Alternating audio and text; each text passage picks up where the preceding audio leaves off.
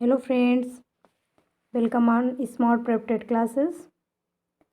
इस सीरीज़ में हम डिस्कस करेंगे डीएलएड 4 सेमेस्टर के हिंदी के प्रश्न पत्र को। इसमें हम हिंदी के मल्टीपल चॉइस क्वेश्चन को यानी ऑब्जेक्टिव क्वेश्चंस को देखेंगे। इससे पहले की सीरीज़ में हम शांति शिक्षा, शैक्षिक प्रबंधन और आरंभिक स्तर पर भाषा एवं गणित सब्जेक्ट को डिस्कस कर चुके हैं। अगर आपने वो वीडियो ना देखी हो तो उसकी लिंक आप इस वीडियो के डिस्क्रिप्शन बॉक्स से प्राप्त कर सकते हैं और उन वीडियोस को देख सकते हैं। तो चलिए स्टार्ट करते हैं आज के डिस्कशन को। आगे बढ़ने से पहले हम आपको बता दें कि अगर आप इस चैनल पर नए हों और अभी तक इस चैनल को सब्सक्राइब ना किए हों तो कर लीजिए, जिससे न्यू नोटिफिकेशन आप तक ईजिली पहुंचती रहे। तो चलिए स्टार्ट करते हैं।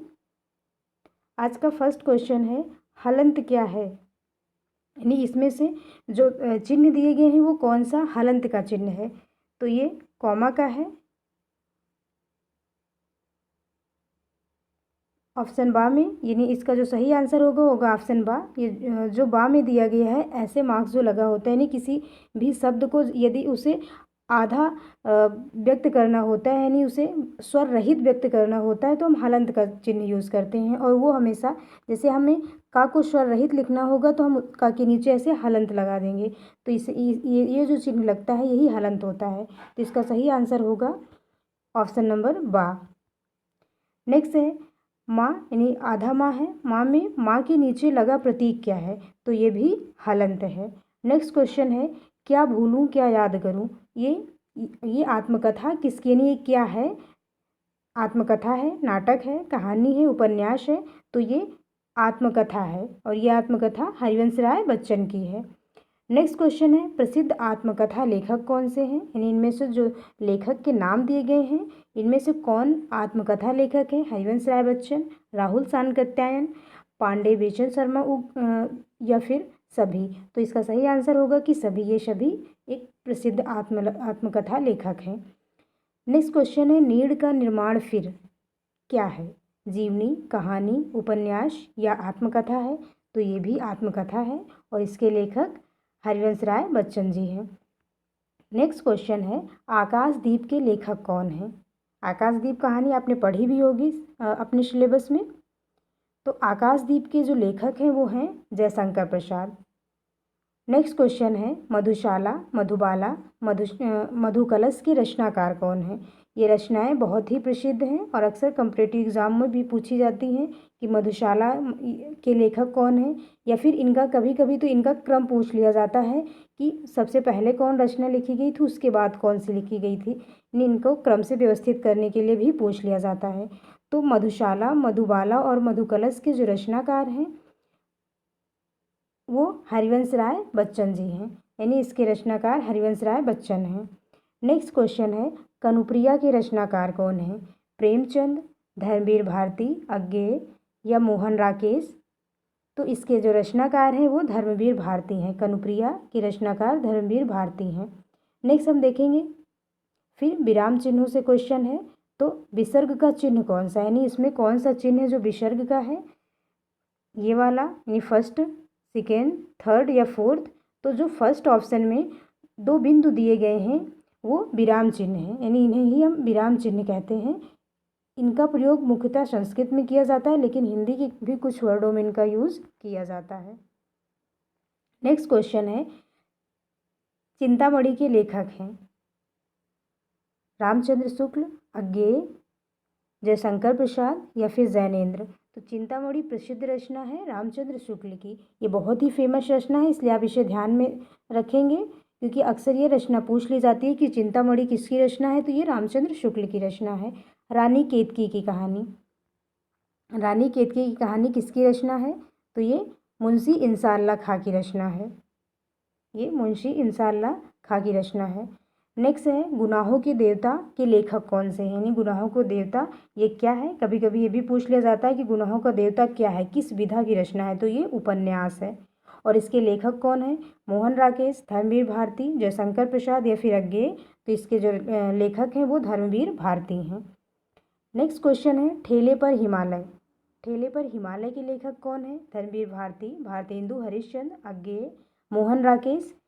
तो इसके जो लेखक हैं वो धर्मवीर भारती हैं। ठेले पर हिमालय एक निबंध है, इसके लेखक धर्मवीर भारती हैं।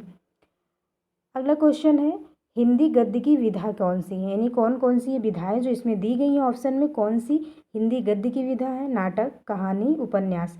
तो ये सभी हिंदी गद्य की विधाएं हैं।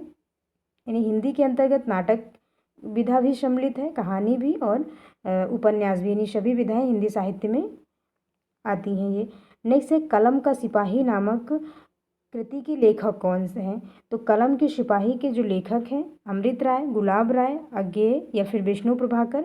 तो ये इसके लेखक जो हैं वो अमृत राय हैं, और कलम का सिपाही जो है ये मुंशी प्रेमचंद की जीवनी है जो कि अमृत राय ने लिखी है। नेक्स्ट क्वेश्चन है दीपदान के लेखक कौन है? तो दीपदान यानी दीपदान क्या है, यानी किस विधा की रचना है? नाटक, एकांकी, कहानी या कविता? तो ये एकांकी है। नेक्स्ट क्वेश्चन है भारत दुर्दशा, ये भी बहुत प्रसिद्ध रचना है। भारत दुर्दशा किसने लिखी है? भारतेंदु हरिश्चंद्र, प्रेमचंद, अज्ञेय या जयशंकर प्रसाद? तो भारत दुर्दशा ये भारतेंदु हरिश्चंद्र ने लिखी है, और इसी नाम से प्रताप नारायण मिश्र की भी रचना एक है भारत दुर्दशा। नेक्स्ट क्वेश्चन है आवारा मसीहा के रचनाकार हैं प्रेमचंद, जयशंकर प्रसाद, विष्णु प्रभाकर, अज्ञेय। तो इसके जो रचयिता हैं वो विष्णु प्रभाकर हैं। आवारा मसीहा विष्णु प्रभाकर की रचना है। नेक्स्ट क्वेश्चन है अर्धनारीश्वर नामक निबंध के रचनाकार कौन है, यानी अर्धनारीश्वर क्या है? तो ये एक निबंध विधा की रचना है, और इसके जो रचनाकार हैं वो रामधारी सिंह दिनकर हैं। नेक्स्ट क्वेश्चन है कमायनी। कमायनी भी एक महाकाव्य है, बहुत ही प्रसिद्ध महाकाव्य है ये। तो इसमें हम देखेंगे कि किस विधा की रचना है। तो ये नाटक, कविता, निबंध या फिर महाकाव्य? तो ये एक महाकाव्य है, और ये जयशंकर प्रसाद की रचना है। कमायनी जयशंकर प्रसाद का महाकाव्य है। नेक्स्ट क्वेश्चन है कि शुक्ल युग के उपन्यासकार कौन थे? यानी जो ये लेखक दिए गए हैं इनमें ये देखना है कि कौन से लेखक शुक्ल युग से संबंधित हैं और वो उपन्यासकार हैं। प्रेमचंद, रामवृक्ष बेनीपुरी, जयशंकर प्रसाद या फिर गुलाब राय? तो ये हैं प्रेमचंद प्रसिद्ध उपन्यासकार हैं शुक्ल युग के। नेक्स्ट है मुंशी प्रेमचंद के उपन्यास का नाम लिखिए, यानी कुछ उपन्यास दिए गए हैं जिनमें से हमें देखना है कि कौन सा मुंशी प्रेमचंद का है। कर्मभूमि, निर्मला, गोदान। तो ये सभी रचनाएं जो हैं वो मुंशी प्रेमचंद की हैं और सभी उपन्यास हैं। नेक्स्ट क्वेश्चन है सुगम शब्द का विलोम क्या है? सूक्ष्म, निषाद, दुर्गम या फिर नीरस? तो सुगम शब्द का विलोम होगा दुर्गम, सुगम से दुर्गम। नेक्स्ट क्वेश्चन है रविंद्र शब्द में संधि कौन सी है? तो रविंद्र शब्द में दीर्घ संधि है, रवि धन इंद्र, रविंद्र। नेक्स्ट क्वेश्चन है जयशंकर प्रसाद की रचना कौन सी है?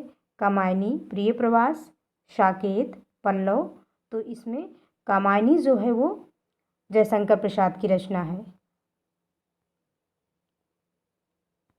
नेक्स्ट क्वेश्चन है छायावादी युग के नाटककार कौन हैं? जयशंकर प्रसाद, राम कुमार वर्मा, आ या बा दोनों या फिर कोई नहीं?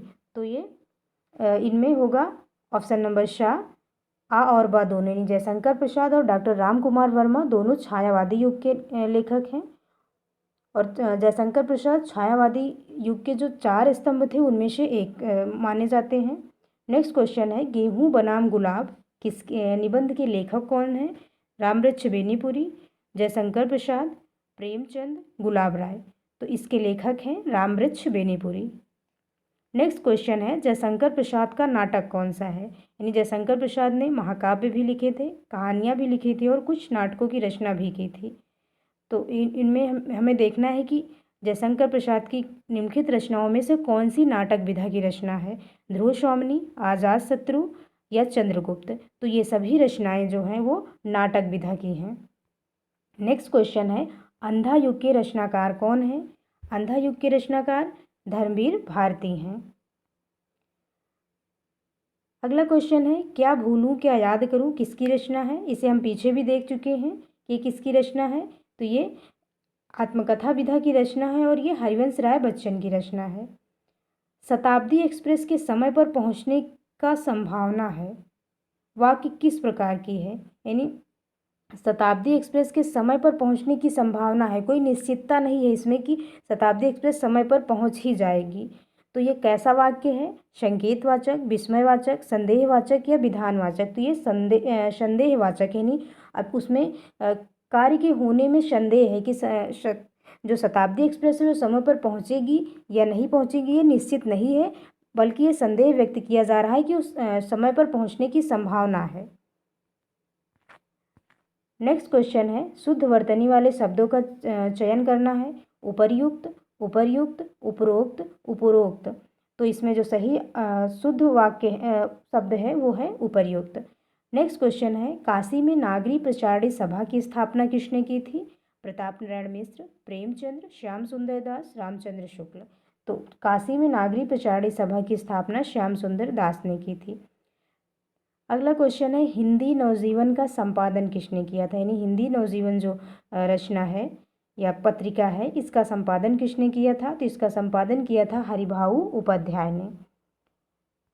नेक्स्ट क्वेश्चन है, खूब लड़ी मर्दानी वह तो झांसी वाली रानी थी की रचयिता कौन है? ये बहुत ही प्रसिद्ध रचना है और इसे ये वीर रस की रचना है। तो इसकी रचयिता कौन है? महादेवी वर्मा, राधा रानी, मीराबाई या फिर सुभद्रा कुमारी चौहान? तो ये इसकी जो रचयिता हैं यानी वो सुभद्रा कुमारी चौहान है।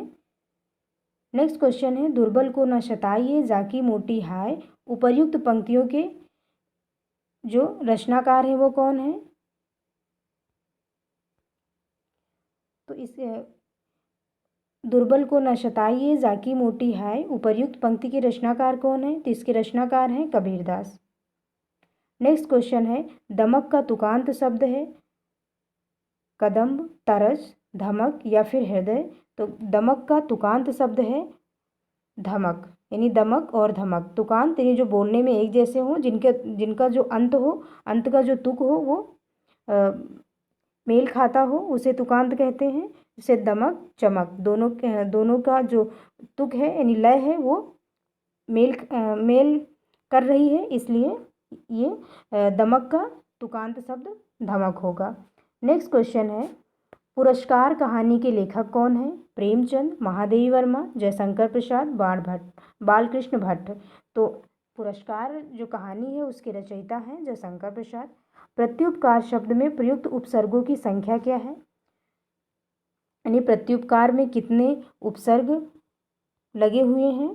तो प्रत्युपकार में जो उपसर्ग हैं उपसर्गों की संख्या 2 है। एक प्रति उपसर्ग इसमें मिला है यानी प्रति उपसर्ग है और उप उपसर्ग है। प्रति उप प्लस कार शब्द मिलके प्रत्युपकार बना है। नेक्स्ट क्वेश्चन है, रेखांकित शब्द में प्रयुक्त समास कौन सी? यानी जो शब्द रेखांकित किया गया है, रेखांकित शब्द में समास कौन सा है? तो इसमें तत्पुरुष समास है। नेक्स्ट क्वेश्चन है, व्यंजन कितने प्रकार के होते हैं? तो व्यंजन 3 प्रकार के होते हैं। अनुस्वार का शब्द चिन्ह कौन सा है? तो ये जो बिंदी होती है ये अनुस्वार का चिन्ह होता है। नेक्स्ट क्वेश्चन है, स्वर को विभक्त करते हैं कितने प्रकार में? 1, 2, 3 या फिर 4? तो स्वर को हम 3 प्रकारों में विभक्त करते हैं यानी ह्रस्व स्वर, दीर्घ स्वर और प्लुत स्वर। नेक्स्ट क्वेश्चन है, संस्कृत भाषा में स्वर कितने हैं? तो संस्कृत भाषा में 13 स्वर हैं। स्वर और व्यंजनों की कुल संख्या कितनी है? तो 46 है यानी 46 है स्वर और व्यंजनों की कुल संख्या संस्कृत में। वैसे संस्कृत में मूल स्वर जो है वो 9 ही माने जाते हैं, लेकिन कहीं कहीं पे इसे 13 बताया जाता है। नेक्स्ट क्वेश्चन है, काव्य महाकाव्यों में सारगर्भित वाक्यों को कहते हैं? तो काव्य महाकाव्यों में जो सारगर्भित वाक्य होते हैं उन्हें हम सूक्ति कहते हैं। हितम मनोहारी च दुर्लभ वचा सूक्ति किस काव्य की है? कुमार संभवम, रामायणम, शिशुपाल वधम, किरातार्जुनीयम। तो ये किरातार्जुनीयम की सूक्ति है। हितम मनोहारी च दुर्लभ वचा यानी मनोहारी यानी मनोहारी शब्दों का हितकारी होना दुर्लभ है, यानी जो चीज़ें हितकारी हो वो मनोहारी हो ये ज़रूरी नहीं है। तो किरातार्जुनीयम के जो रचनाकार थे वो कौन थे? इसे आप कमेंट सेक्शन में बताएंगे। नेक्स्ट क्वेश्चन है, विश्व साहित्य के इतिहास में सबसे बड़ा महाकाव्य कौन सा है? रामायण, महाभारत, गीता या श्रीमद् भागवत गीता। तो सबसे बड़ा महाकाव्य जो है वो महाभारत को माना जाता है। नेक्स्ट क्वेश्चन है, श्रीमद् भागवत गीता के अनुसार मनुष्य का अधिकार है आत्मा पर, कर्म पर, इच्छा पर और फल पर। तो श्रीमद् भागवत गीता के अनुसार मनुष्य का अधिकार कर्म पर है। अगला क्वेश्चन है कि निम्नलिखित में से एक कर्मेंद्रिय है, वाक, घ्राण, स्वर, चक्षु। तो जो वाक है ये कर्मेंद्रिय है। नेक्स्ट क्वेश्चन है, मेघदूत किस रचनाकार की कृति है? मेघदूत के रचयिता कौन है? तो मेघदूत की रचयिता जो है वो कालिदास है। सूर्योदय में कौन सी संधि है? सूर्योदय जो है उसमें कौन सी संधि है? सूर्य धन उदय, सूर्योदय, इसमें गुण संधि है। नेक्स्ट क्वेश्चन है कि कौन सा शब्द अव्ययी भाव समास का उदाहरण है, यानी किसमें अव्ययी भाव समास है? तो अव्ययी भाव समास की जो विशेषता होती है वो होता है कि इसका जो प्रथम पद होता है वो अव्यय होता है।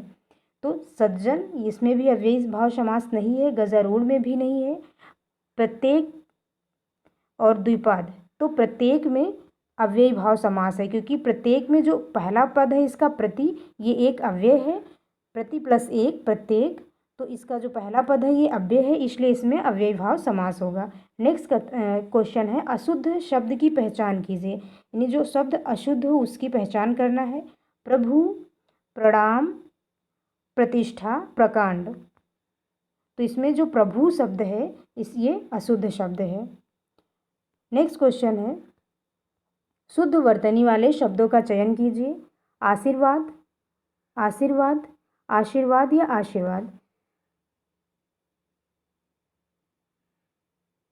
यानी इसमें जो आशीर्वाद शब्द दिए गए हैं इनमें से कौन सा सही है? तो इसमें आशीर्वाद लिखा है, इसमें भी आशीर्वाद लिखा है, और इसमें आशीर्वाद लिखा है, और इसमें आशीर्वाद लिखा है। यानी जो सही शब्द है वो ये है, क्योंकि इसमें छोटी की मात्रा लगी है इसलिए ये गलत हो जाता है, और इसमें आशीर्वाद लिखा है ना कि आशीर्वाद, और इसमें भी आशीर्वाद लिखा है ना कि आशीर्वाद। तो इसका जो सही आंसर होगा ऑप्शन नंबर द हो जाएगा, यानी आशीर्वाद जो लास्ट वर्ड है वो सही है। इस वीडियो सीरीज़ में बस इतना ही गाइस। अगर आपको वीडियो पसंद आया हो तो लाइक, शेयर, सब्सक्राइब करें। Thank you.